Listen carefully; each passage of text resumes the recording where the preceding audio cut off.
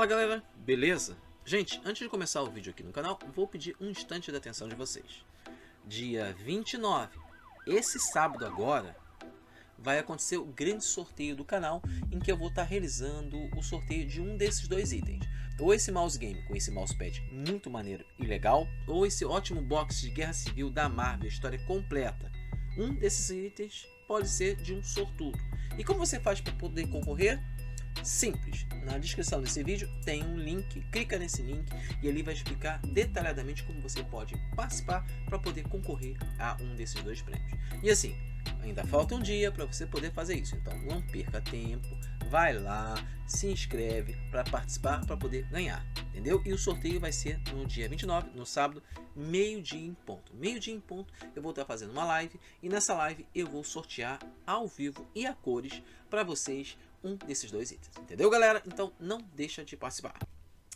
Bem galera, hoje eu vou falar de um dos maiores personagens em quadrinhos de todos os tempos. Eu digo um dos maiores, mas eu também poderia dizer o maior, que é o Superman, ou como a gente conhece aqui no Brasil, Super-Homem. Um personagem que foi criado na década de 30 por dois adolescentes que gostavam muito de ficção, que é o Jerry Siegel e o Joe Shuster. Os dois criaram esse personagem icônico. Venderam ele por um valor muito baixo, mas o personagem se tornou um sucesso muito grande, gigantesco. Se tornou um símbolo.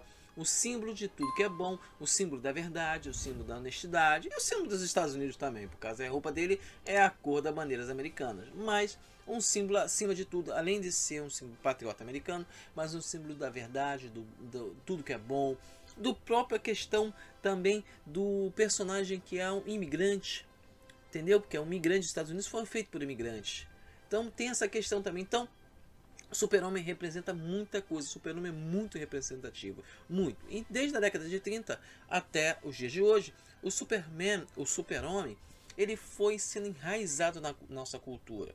Um personagem com muitos poderes, totalmente poderoso, invulnerável a tudo. Depois criaram uma fraqueza para ele, que era a Kryptonita.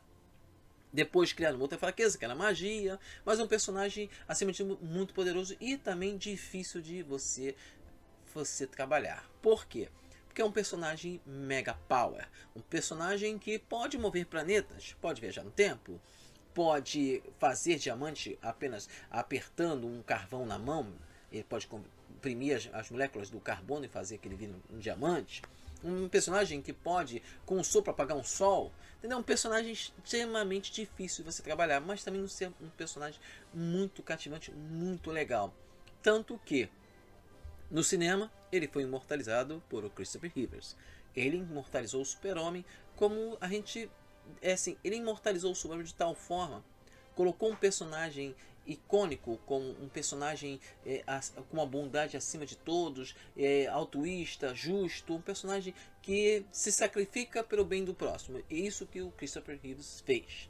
É um personagem muito icônico. Só que a gente está tratando do Super-Homem dos quadrinhos e não da TV ou do cinema.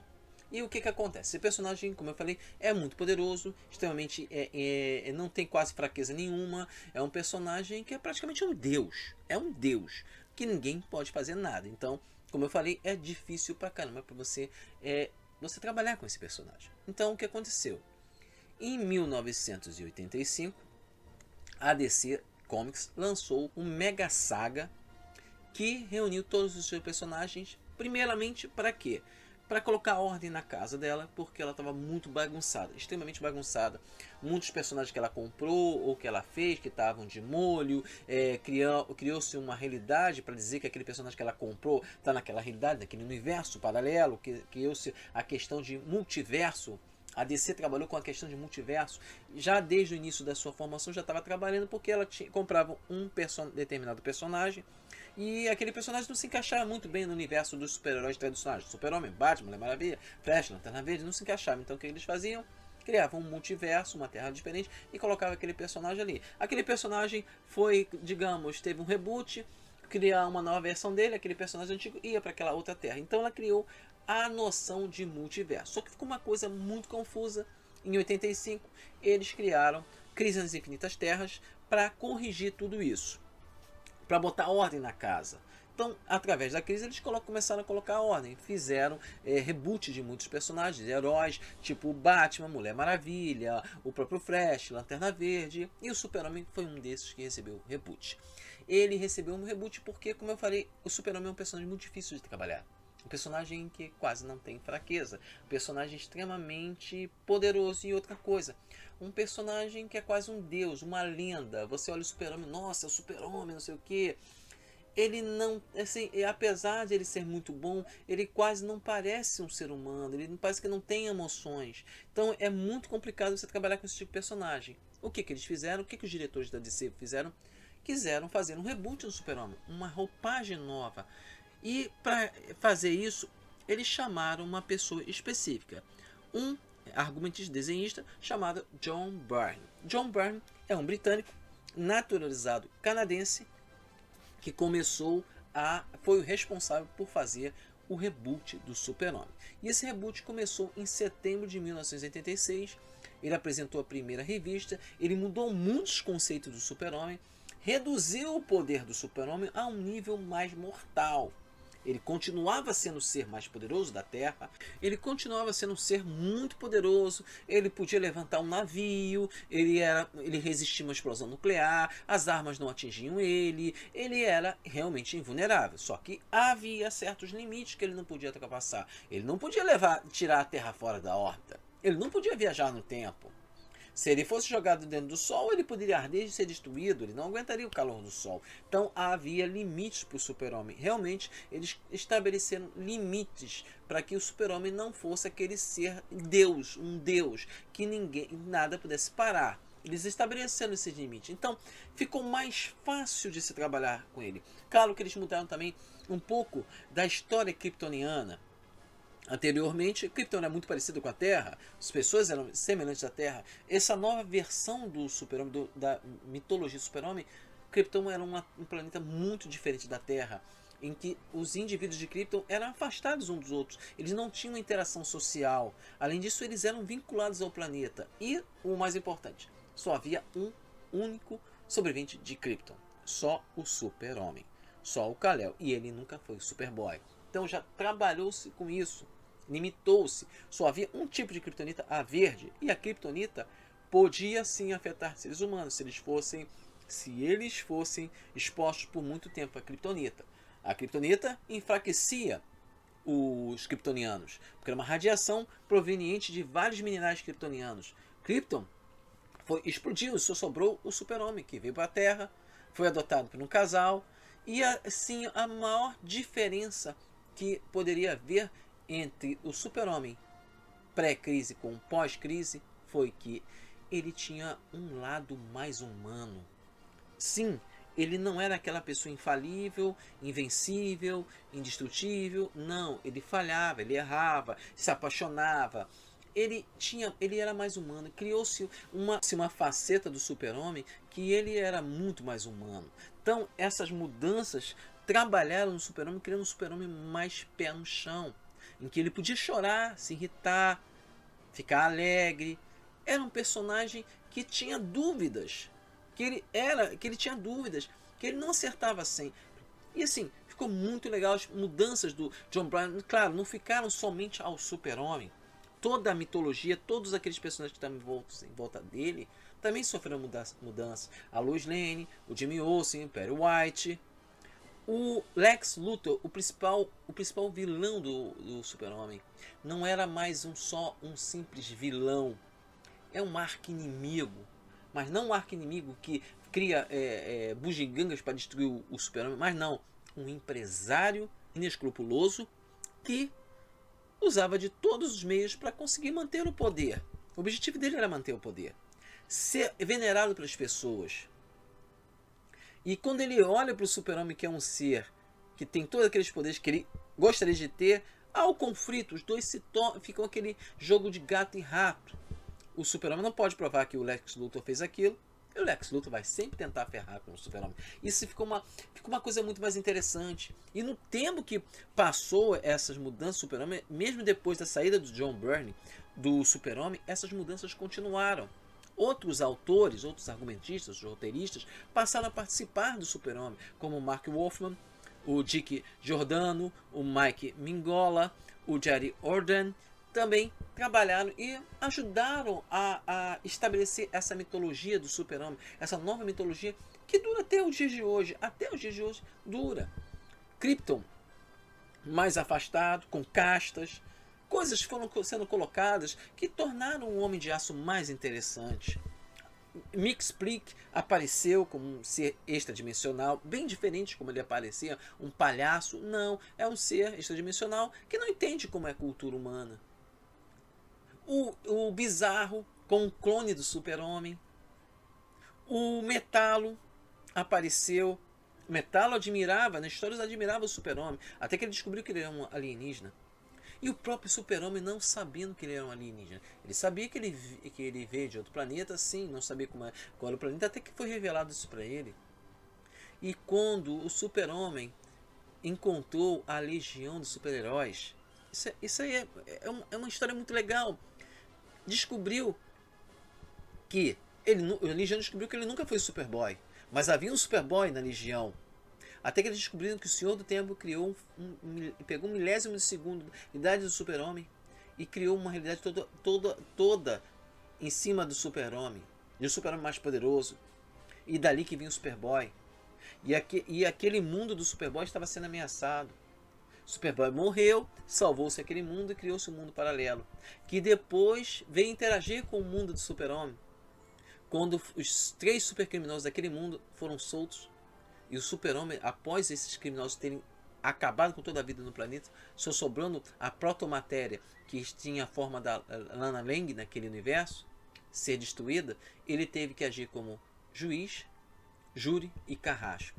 Isso na realidade, deu um efeito para o Super-Homem psicológico muito pesado, até que ele assumiu o manto de um personagem, um anti-herói chamado Predador, que lutava contra os bandidos e agia de uma forma tão agressiva como o Batman. Só que o Batman é agressivo, mas não é mortal.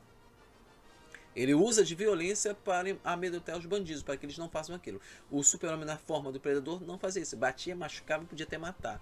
Até que o Super-Homem descobriu isso e fez o chamado exílio da Terra. Isso foi uma das melhores aventuras. E assim, mesmo depois, como eu falei, da saída do John Byrne, as histórias continuaram ganhando impacto. Até que, numa das histórias, ele encontrou o Brainiac, que tinha encolhido a cidade de Kandor. O Super-Homem lutou contra o Brainiac, venceu. Os pais dele foram mortos. Outro pesadelo para o Super-Homem. Até que o Super-Homem conseguiu fazer com que a cidade de Kandor voltasse ao tamanho original. Claro que isso foi umas histórias que foram sendo passadas até que houve os Novos 52, que rebutou todas essas histórias, todo esse período histórico do Super-Homem, que foi muito melhor. E eles botaram o Super-Homem sem aquela parte emocional que foi tão bem trabalhada desde 1986, desde setembro de 86 até antes do grande reboot dos 952, que, vou falar a verdade, foi horrível. Ele reverteu toda aquela coisa de boa que o Super-Homem vinha trazendo, reverteu totalmente e ficou ruim, muito ruim. Mas assim, esse período do Super-Homem pós-crise, para mim foi o melhor período, porque trabalhou o personagem de uma forma muito mais ampla, deu mais humanidade para ele, tornou ele muito mais interessante. E são várias histórias que aconteceram durante esse período, que vai de 86 até o período 952. Quer dizer, olha só, mais de 20 anos dos Novos 52, mais de 20 anos de pós-crise, mais de 20 anos de um sucesso de personagem que teve histórias muito boas, histórias excelentes, histórias regulares, mas que não teve nenhuma história ruim. E assim, esse período é um dos melhores períodos que eu senti as minhas lembranças. Não é que as histórias do Super-Homem hoje não sejam legais, mas naquele período eram muito mais legais. E assim, quem está me ouvindo falar isso e passou por esse período, teve a oportunidade de ler esses quadrinhos, sabe do que eu estou falando. Sabe que esse Super-Homem de John Byrne é o melhor Super-Homem. É o Super-Homem que eu me identifico como que eu me identifico mais. Que para mim é como se fosse o próprio Christopher Reeves.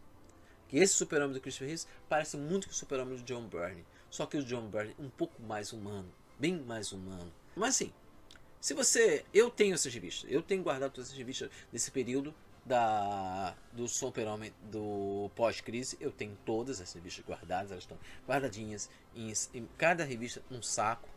Tá bem guardado para não ter problema de traça, umidade. Tá bem guardado. Eu guardo todas essas revistas. Por quê? Porque é uma época que eu tenho muito carinho, porque é uma época que eu li bastante quadrinhos. Não é que hoje eu não leia, não é que hoje eu não compre, é que hoje tem mais revistas online, você tem a oportunidade de ler mais online. Mas sempre que eu tenho uma revista especial, eu estou comprando. Eu sempre compro o que eu gosto de ter guardadinho, junto com as minhas outras. Hoje eu não compro tanto como comprava antigamente. Antigamente eram 10, 15 revistas, quadrinhos que eu comprava por mês. E eu tinha minhas anotações tudo bonitinho ali. Então, hoje eu não faço mais tanto isso. Hoje eu prefiro ver online. Eu compro algumas revistas. Eu compro algumas revistas, mas a maior parte eu gosto de ver online. Porque hoje não tenho aquele tempo que eu tinha antigamente. Hoje é mais complicado de ler. Mas sempre que eu tenho um espaço, eu leio. E assim, se você é igual a mim, um fã de Superman dessa época, gostou dos quadrinhos da época, para mim essas épocas magníficas que foi o pós-crise, e tem interesse de ler, você pode estar conseguindo essas revistas. Sim, existe um local onde você pode comprar essas revistas mais antigas, são tipo de sebo, que é o Mercado Livre. Aqui no Mercado Livre você encontra todas essas revistas aqui, todas elas aqui, ó, tô no Mercado Livre, você pode dar uma olhada aqui, ó. Super-Homem, aqui. Super-Homem em Super-Homem 52 por John Byrne. Aqui o número 52, que era feito em aquele formatinho da Editora Abril aqui. 52 tá R$20,40. Aí temos outro aqui, ó. Super-Homem número 42 por John Byrne, R$20,60. Aí temos aqui Super-Homem Mundo de Krypton, que também vale a pena você ler. É escrito por John Byrne, R$21. E tem outras aqui, ó. HQ Super-Homem usados aí R$17,97. Entendeu? E temos várias revistas aqui, várias revistas do Super-Homem aqui, ó. Esse é o Mundo de Krypton aqui, ó. R$34,99. Tem várias revistas do Super-Homem desse período que vale a pena você ler.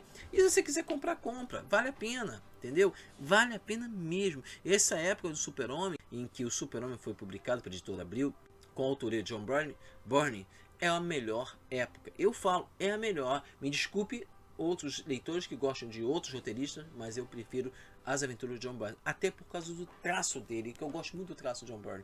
Ele faz um traço muito legal. E sim, vale a pena você ler as revistas. E se você não teve a oportunidade como eu de ler, aqui você pode estar comprando pelo Mercado Livre. Porque quem é colecionador mesmo, vai querer comprar. Não vai querer ver uma versão online baixada de algum site de compartilhamento. Eu que sou leitor, prefiro mesmo em papel, para estar lendo. E esse é o formatinho antigo. Hoje a revista não está mais no formatinho antigo que tínhamos aqui no Brasil, que era o gibi. Hoje está no formato americano. Eu também gosto muito, até por causa do papel, a qualidade do papel é muito superior do formatinho. Formatinho, a possibilidade de você ter algum problema com traça, com desgaste, é muito grande. A outra, o formato americano é mais qualidade, resiste mais do que o formatinho. Mas o formatinho foi uma época muito maneira aqui no Brasil. E assim, vale a pena você ler. Se você não leu, leia, compra aqui, vale a pena, não tá caro. Entendeu? Ou compra o Mundo de Krypton, compra as primeiras revistas. Assim, tem muita gente vendendo aqui. Muita gente. Você pode até fazer um grande aqui, ó. Tem esse aqui de R$17,97, porque tem o Super-Homem 1, tem os vários revistas do Super-Homem. Você conversa com o vendedor e quem sabe ele faz até um desconto para você pegar tudo, entendeu? Aí vale a pena, entendeu? Vale a pena mesmo. Entendeu, galera? Bem, galera, o vídeo de hoje é o vídeo do Espaço Nerd. Hoje eu falei do Super-Homem da época do John Byrne, que é o Super-Homem pós-crise, que foi um Super-Homem muito mais humano, um Super-Homem muito mais interessante, um Super-Homem que dava vontade de você aguardar o próximo mês para ver as próximas histórias, entendeu, galera? Bem, galera, hoje é o vídeo do Espaço Nerd, amanhã vai ter um vídeo super legal do Espaço Tech, então até amanhã, tchau!